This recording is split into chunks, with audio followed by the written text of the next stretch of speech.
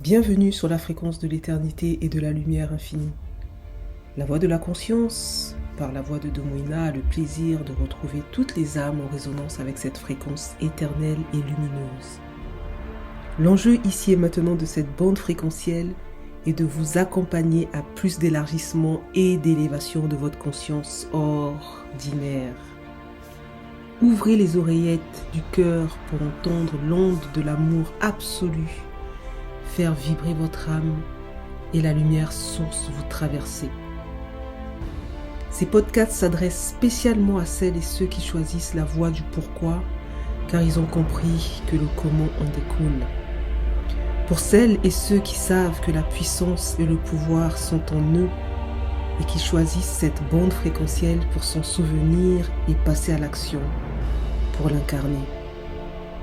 Puissent les grâces divines inonder votre chemin et les bonnes paroles jaillonner votre vie pour l'éternité. Chaque personne a à se libérer toutes les mémoires transgénérationnelles et puis comment les mémoires familiales impactent ma vie et ainsi de suite. Donc, lorsque je vous dis que nous avons à devenir des gens infidèles, c'est justement par rapport à ça. Je m'explique. Toi, tu es en train de faire depuis plusieurs années un travail de conscience, d'élévation et d'élargissement de ta conscience. Donc, quand on parle de conscience, d'un point de vue absolu, la conscience n'a pas besoin d'élargissement et d'élévation, puisque la conscience, elle est. La conscience est absolue. La conscience va ensuite se manifester dans des états, des états de conscience, différents états de conscience qui va faire qu'on va être dans des différents niveaux de conscience selon la vibration que nous avons, d'accord, par rapport à ce que nous portons. Nous allons donc émaner des ondes qui ont des fréquences et qui nous permet d'avoir une certaine vibration. Mais toutes ces ondes et toutes ces fréquences, toute cette vibration-là, elle émane d'une information, des informations, d'accord, une information, des informations qui sont issues de ce que nous portons, donc de ce que nous avons reçu, de ce que nous recevons, dans tous les domaines. Je reste dans le cadre de l'héritage transgénérationnel, donc de ce que nous recevons, ok? Et que par rapport à ça, cette fréquence vibratoire-là va donc nous aligner, nous mettre, donc je mets aligner pour dire aussi nous mettre en résonance avec tel type de personne. Et c'est comme ça que lorsque une âme va s'incarner, elle va en résonance avec sa fréquence, être attirée, être allée et par rapport à ce qu'elle a comme information, par rapport à ses enjeux d'âme, elle va aller s'incarner dans un pays, elle va choisir une famille. Si cette famille-là, ce n'est pas déjà du connu, donc ça veut dire qu'elle va revenir dans la même lignée, parce qu'en général, la plupart des gens, c'est toujours ça, parce que tant qu'on n'a pas basculé, vous allez comprendre plus tard ce que je veux dire par là. Donc, elle va choisir une famille, une lignée, en lien avec sa fréquence, donc en résonance avec ce qu'elle est, par rapport à donc, comme je disais tout à l'heure, ce qu'elle a reçu avant. Et donc, en arrivant là, les gens vont porter forcément le code de la famille, les codes de la famille, c'est-à-dire que les us et coutumes aussi de ce qui se fait dans ce cadre de famille-là, dans cette lignée. Si on fait tel ou tel rituel avec le sang, même si toi tu ne tues pas les animaux, mais c'est dans ton sang. Donc lorsque un des parents va faire tel ou tel rituel, tous les enfants, en résonance, en alignement avec le père, si c'est le père ou si c'est la mère. Après, il y a aussi des différences si c'est le père ou si c'est la mère, parce que par rapport à l'ADN-NT, bon, j'en ai déjà parlé, mais je ne vais pas trop développer là-dessus pour l'instant. Donc, comme là, si c'est dans le cadre, par exemple, c'est le père qui va faire un rituel, même si les enfants sont connectés à l'énergie, à l'égrégore, à l'énergie de la maman, au niveau du sang, mais ils sont quand même portés par l'égrégore familial que porte le cadre du père. Donc, le rituel qui va être fait dans ce cadre-là va influencer forcément tous les éléments qui sont dans ce cadre-là. Je donne un exemple par exemple. Les gens qui sont dans le cadre de la voie de la conscience sont influencés par ce que fait la voie de la conscience, même si on n'est pas de la même lignée de sang. Vous voyez? Et donc du coup, vous allez bénéficier, en positif comme en négatif, des influences que porte le cadre de la voie de la conscience dans vos existences. Et même si moi, je ne rentre pas dans tout ce qui est égrégore, je ne crée pas des égrégores ou ceci, cela ou cela, mais il n'empêche que tout ce qui existe, forcément, il y a un égrégore qui se crée. Mais ça n'a pas été créé de manière consciente, ok, je vais créer un logiciel, donc un égrégore pour ceci, pour cela, pour cela. Non. C'est-à-dire, hein, j'ai déjà expliqué qu'en faire tout ce que je dis par rapport à l'endroit où la voie de la conscience m'a été donnée, entre guillemets. Donc ça veut dire que un parent qui va faire un rituel, ça va donc avoir des conséquences dans le cadre familial. Ça, c'est une chose. L'autre chose, c'est que si nous voulons ne plus être influencés par les rituels ou les choses, les pactes passés ou qui se font encore par des membres de notre famille, si nous ne voulons plus être influencés par ça, ou subir les conséquences de ces choses-là, et bien en fait, c'est là où je dis que les gens ont à devenir infidèles, en un mot. Pour devenir infidèle, en deux mots. Fidèle à quoi? Fidèle à l'un. L'un, c'est la source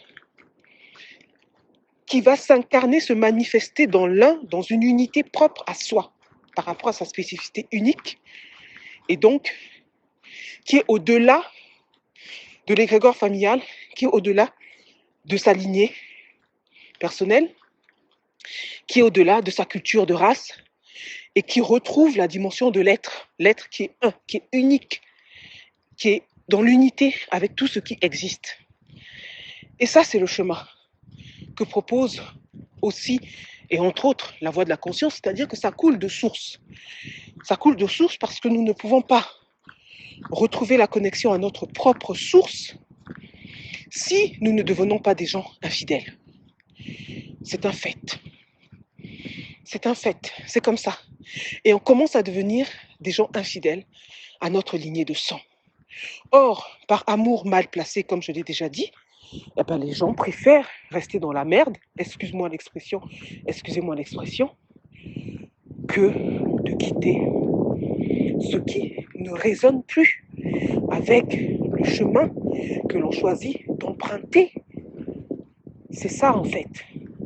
La voie de la conscience emmène naturellement les personnes, par leur élévation et leur élargissement de la conscience, à voir les choses non seulement de manière plus haute, à quitter l'identification à, et donc forcément à transcender ces mémoires de race, si je parle vraiment d'un point de vue de la race, pour retrouver l'unité avec cette unique race qui est cette race de conscience vers laquelle l'ère du Verseau nous invite et qui connecte naturellement avec l'être sur tous les plans. Donc tu vois que c'est pas facile de devenir infidèle. Et lors du stage, c'était quand? Le stage d'été, c'était le stage d'été de l'année dernière, été 2023. Vous avez vu autour de l'arbre du chêne, ce qui vous a été proposé. Vraiment cette infidélité. Et là, tu es en train de l'expérimenter, comme d'autres aussi. Vous expérimentez justement les résistances qu'il peut avoir à quitter ce qui n'a plus lieu d'être par rapport à l'actualisation que vous êtes en train d'avoir aujourd'hui. Ce n'est pas parce qu'on quitte père et mère, façon de parler, symboliquement, que l'on ne les aime plus, bien au contraire. C'est parce qu'on quitte cet attachement à tout ce qu'il y a dans le sang de malsain, de ceci, de cela, on garde le positif, bien évidemment, parce que, en fait, on garde ce que l'on choisit de garder. C'est même pas une question de positif ou de négatif. On peut garder des aspects que l'on va considérer euh, négatifs, mais qu'on a encore besoin de ça, mais on le fait en conscience. OK? Et donc, du coup, il vous avait été proposé justement de devenir infidèle. Et que vous vous souvenez, il y avait même, j'étais même en train de taper des mains d'une certaine manière. Et je disais Mawa, Mawa, Mawa, Mawa. Mais vraiment Mawa, hein, vous vous souvenez vraiment de ce terme-là qui était chargé par rapport à la manière dont c'était porté et dit, et qui est même au-delà, ça ne veut pas de Mawa, on pourrait dire oui, pitié, j'ai pitié de toi et tout ça, mais c'est au-delà de la pitié, c'est vraiment un espace de compassion, c'est-à-dire que je suis avec vous à l'endroit de l'inconscience dans laquelle vous choisissez de rester et donc du coup de continuer à avoir des comportements qui peuvent donner pitié d'une certaine manière, mais c'est pas de la pitié, c'est vraiment une grande compassion en fait. Et donc, tu vois que ça c'était au mois de juin et plusieurs mois après, même pas, hein, quelques mois après, même pas 4 mois après,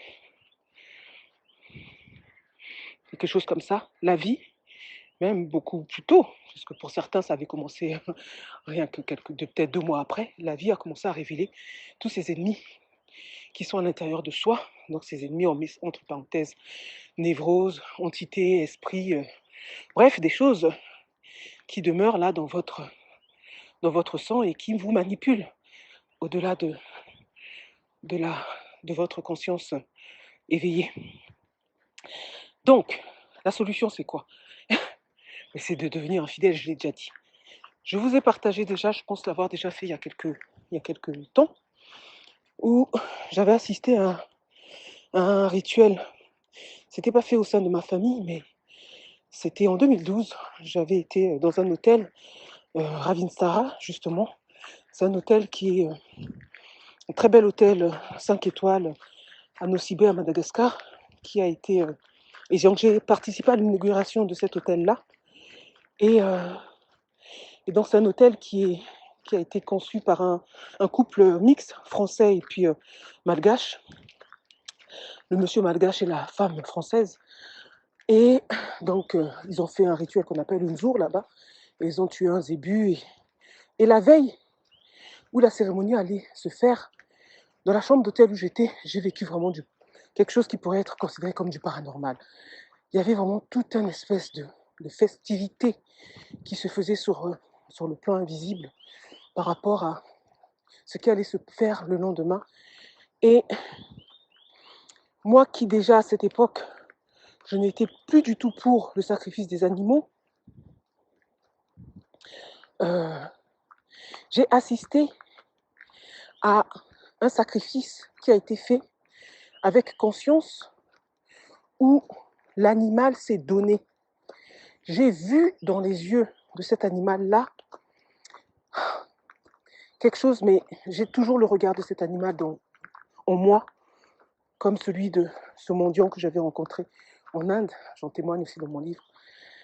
Mais vraiment, l'animal se donne. Et lorsque les gens qui choisissent de faire des sacrifices des animaux, qui ont un certain niveau de conscience, le font avec ce niveau de conscience-là, c'est d'ailleurs, bon bref, je ne vais pas rentrer dans les détails de qui doit faire le sacrifice et ainsi de suite, je ne rentre pas là-dedans, mais ça m'avait vraiment choqué de voir, on va dire, comme je pourrais presque dire, et c'est vraiment un paradoxe, l'amour dans le regard de cet animal qui est en train de transcender en fait. Il y avait une espèce de transcendance que lui, il est en train de vivre à travers ce sacrifice. C'est vraiment très paradoxal, hein, et je sais que les personnes qui vont écouter cet enregistrement auront beaucoup de difficultés à réaliser ce que je dis parce que faut le vivre pour pouvoir être conscient vraiment de ce que je dis. Mais je vous donne cet exemple-là pour dire qu'en fait, aujourd'hui, on n'a plus besoin de faire des sacrifices des animaux, ça c'est clair, puisque on sait comment utiliser le sang autrement qu'en tuant. Même si d'autres disent que c'est important que l'animal souffre et ainsi de suite, ainsi de suite. Et moi, chaque fois que j'ai assisté à des nzours, là-bas à Madagascar, l'animal ne souffrait pas. C'était vraiment un abandon, une forme de transcendance. Mais en fait, nous avons à faire la même chose, c'est-à-dire à sacrifier une part de nous pour que cette part-là puisse pour que nous transcendons, nous passons de l'étape, on peut presque dire animale, dans l'attachement à notre égrégore familial, pour passer à l'étape de l'être. De la même manière qu'on dit qu'il y a différents règnes et que l'humain va être à un endroit supérieur à l'animal, là où l'animal a un endroit supérieur au végétal, bref, toutes ces considérations-là, en sachant que tout ça, c'est à l'intérieur de nous et c'est multifractal et en fait, dans l'absolu, il n'y a pas de supériorité. Mais vous voyez ce que je veux dire. Et bien en fait, ce jour-là, en 2012, j'ai vécu et j'ai participé à la transcendance de cet animal au sein de son règne pour qu'il passe à un autre niveau de conscience. Même si on sait que les animaux, et certains groupes d'animaux, ont une conscience groupe, c'était vraiment très intéressant d'être témoin de ça. Et comme vous le savez aussi, moi, ça fait maintenant, je crois, 2 ans que j'ai transcendé vraiment ce qu'il me restait comme mémoire de mes origines africaines. Et j'en ai témoigné aussi dans les stages. Et pour ceux qui ont l'œil ont pu voir également dans certaines vidéos l'état dans lequel j'étais un jour. C'était le lendemain de cet état que j'avais vécu, où j'ai pu me libérer de ce qu'il me restait encore comme attachement par rapport à mes origines. Pourtant, il y a un des élèves qui me posait la question, mais est-ce que toi, tu vivais la mémoire de ta race comme moi je le vis, c'est-à-dire dans la haine de mes origines, de ceci, de cela, de cela, de cela, dans la haine du fait que j'ai la peau noire et ainsi de suite. J'ai dit non, ça ne fait pas partie de mes références parce que plus haut, mes parents, mes grands-parents avaient déjà libéré avec cette espèce de complexe d'infériorité par rapport aux autres races.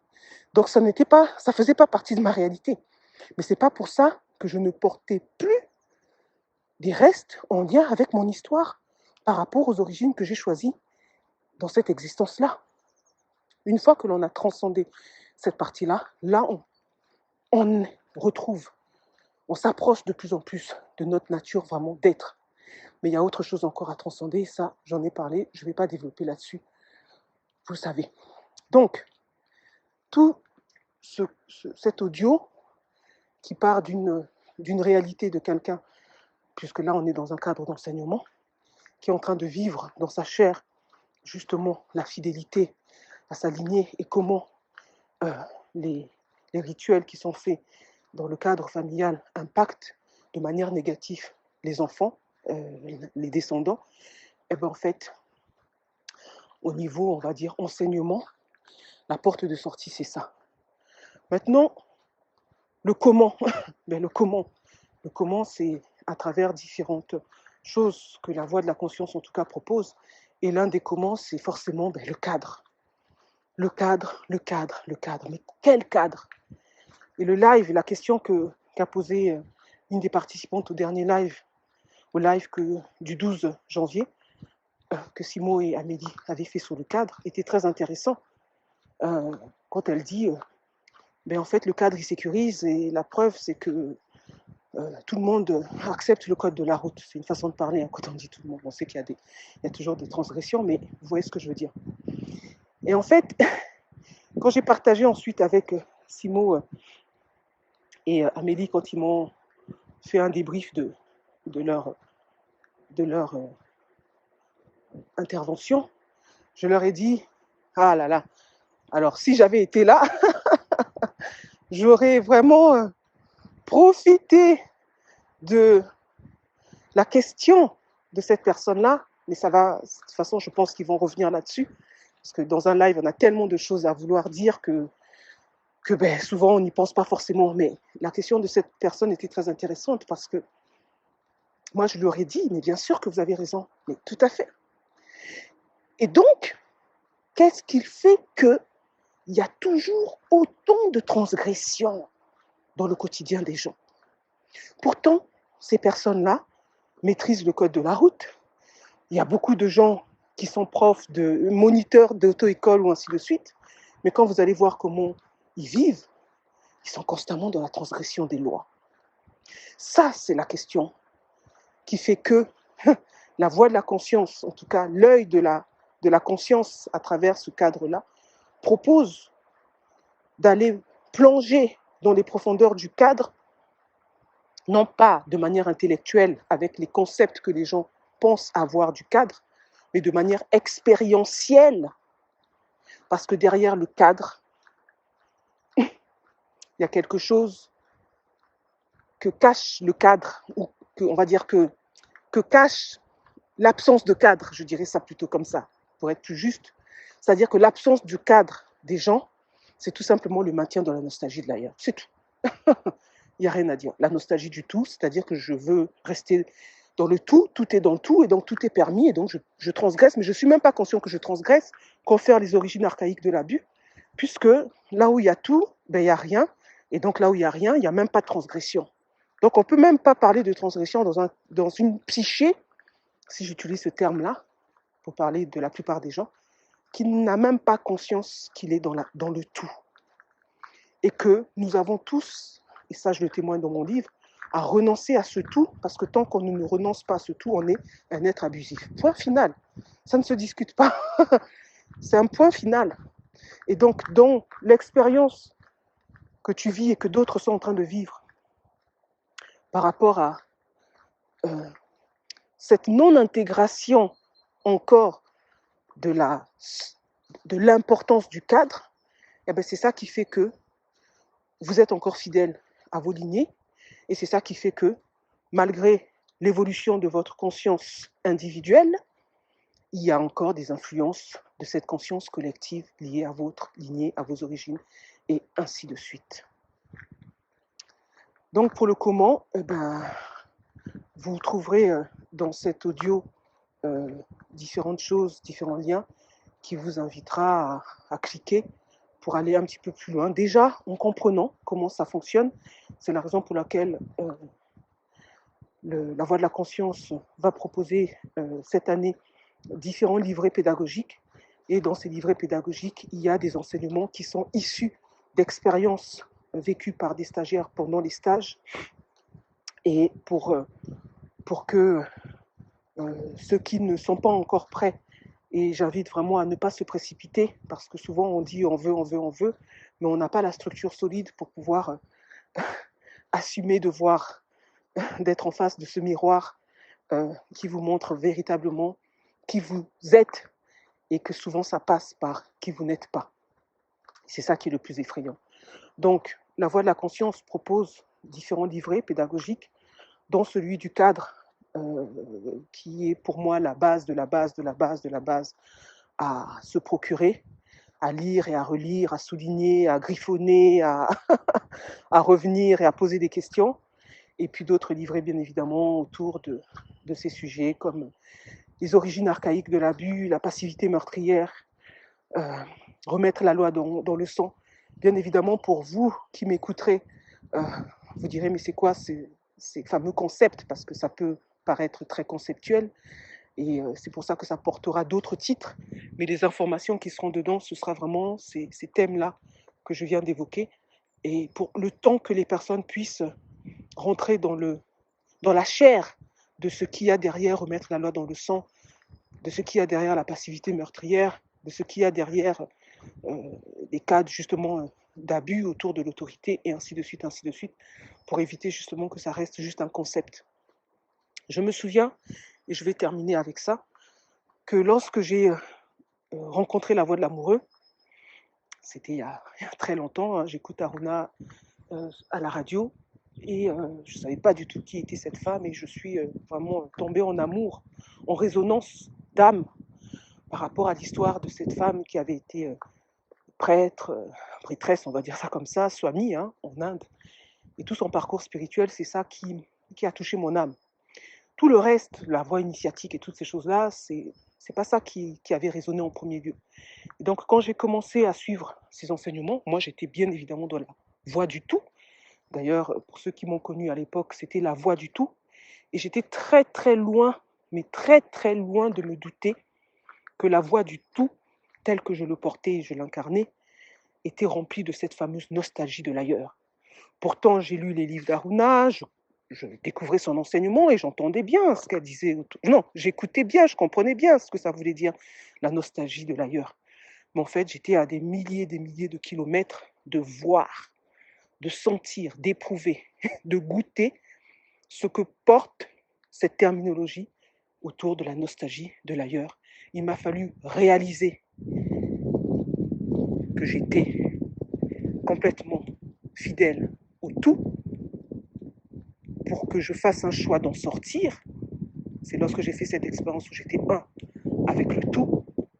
En revenant de cette expérience, mon être m'a dit, maintenant, pour te reconnecter à ce tout, ce sera à travers la voie de la conscience.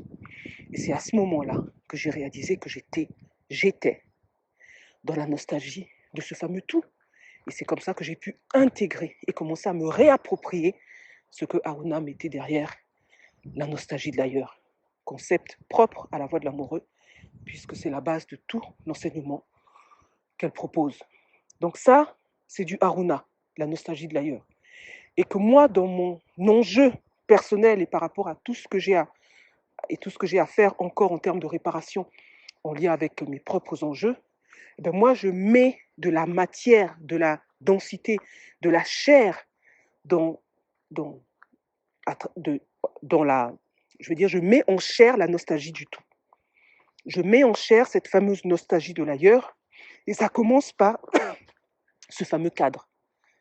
Ce fameux cadre, parce que c'est à l'intérieur de ce cadre que se révèlent justement toutes ces transgressions inconscientes que l'humanité vit.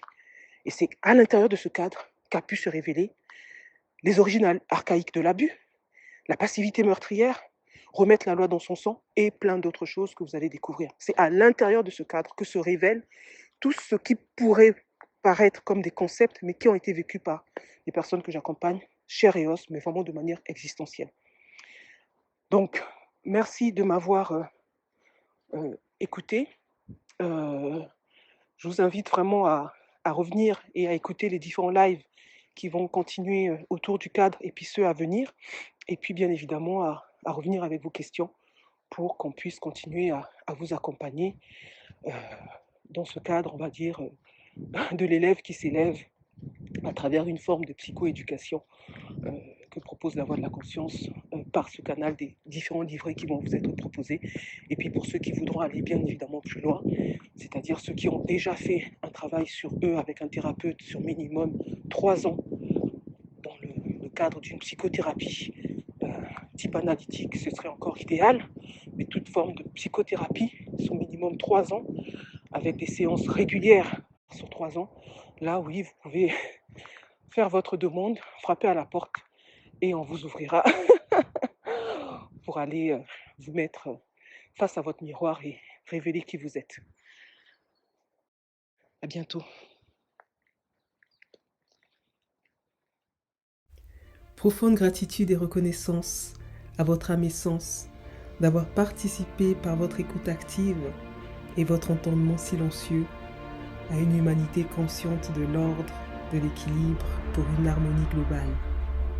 Puissent les grâces divines inonder votre chemin et les bonnes paroles jaillonner votre vie pour l'éternité.